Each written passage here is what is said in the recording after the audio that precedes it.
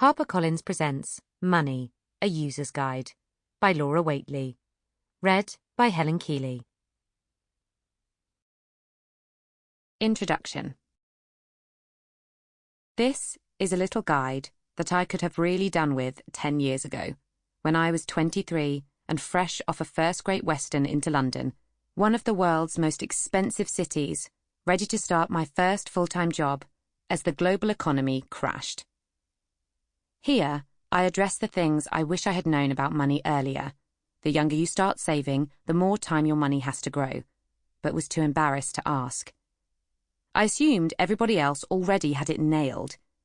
Turns out that most did not, and still don't, whatever their seeming competency at being an adult.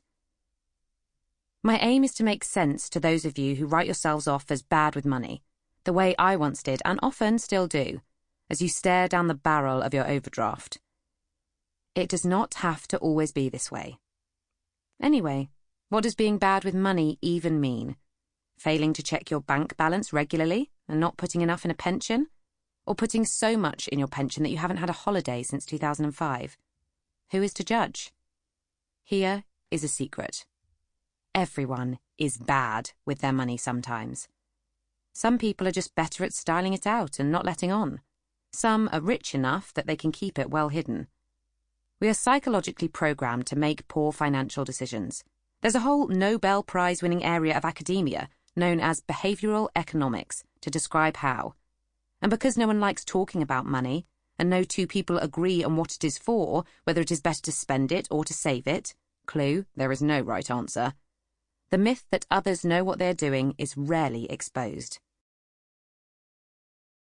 So, read on if you have ever wanted to know what actually is an ISA. What tax do I pay and why? How much should I be saving towards retirement? Should I be investing any money, and if so, how? Should I pay off my student loan? How do mortgages work? What are the best budgeting apps? How do I split money with my other half fairly? And can I ever afford to buy a home, bring up a child, or be the kind of person at ease in small plate restaurants? What stupid mistakes am I making with my money, and how can I stop it making me feel so crap about myself? Get through this in an afternoon, and you should know a lot more than you did this morning. I can guarantee that if you follow at least a couple of tips in this book, you have already reimbursed the cover price. But first, a bit about me, us feckless millennials, and where we are at. Please note that I use the term millennial reluctantly. It is a word that has come to make me itchy, a crude catch-all for the 14 million or so very different people born between the early 1980s and the year 2000, some of whom are now parents of teenagers, your boss, your lawyer, your surgeon, or your favourite novelist. In September 2008, I went for an interview for a role as editorial assistant on the money section at the Times, the optimistic move of a young graduate, not yet grown into the full self-doubt phase. The night before, I'd been up late, Wikipediaing what is a mortgage. The timing of this interview, the beginning of my career so far, was significant, though I didn't see how at the time. 2 weeks earlier, the world's fourth largest investment bank, Lehman Brothers, had collapsed. The headline on the front page of the Times on the day of my interview was alarming.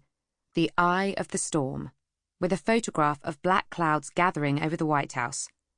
The introduction read, "The financial system lurched closer to a catastrophic breakdown last night after the US Congress dramatically rejected a bailout plan designed to restore confidence to paralyzed banks.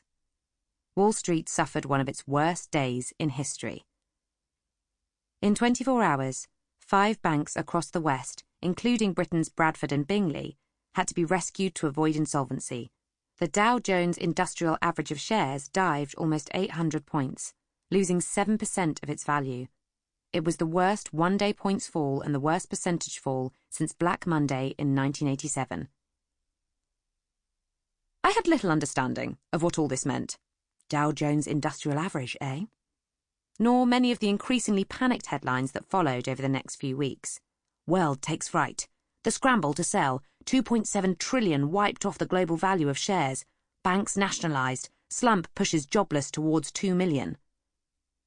I would learn, as I explained hopefully to my new editors, they unbelievably Sample complete. Ready to continue?